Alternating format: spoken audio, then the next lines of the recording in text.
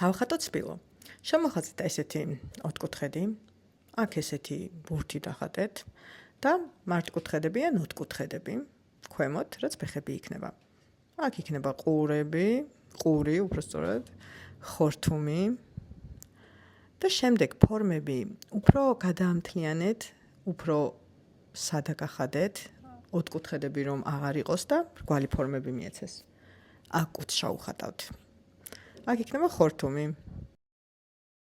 აქ ეშვი ჩავხატოთ და ჩავხატოთ თვალი, წარბი. აქ დამატებით კიდევ ორი ფეხი და შეგიძლიათ კონტურები გაამოქოთ, რომ უფრო გაასუფთავოთ ნამუშევარი. თუ სადმე რამე შეგეშალათ, წაშლით. აი იქ ზემოთ რო დარჩა ოთხკუთხედის მონაკვეთი, წაშლით. ყურზე შემოავლეთ ეს კონტური, შიგნით ჩარჩენილი ხაზები წაშალეთ. აქ ესეთი ორნამენტები ჩაუხატეთ ფეხებთან.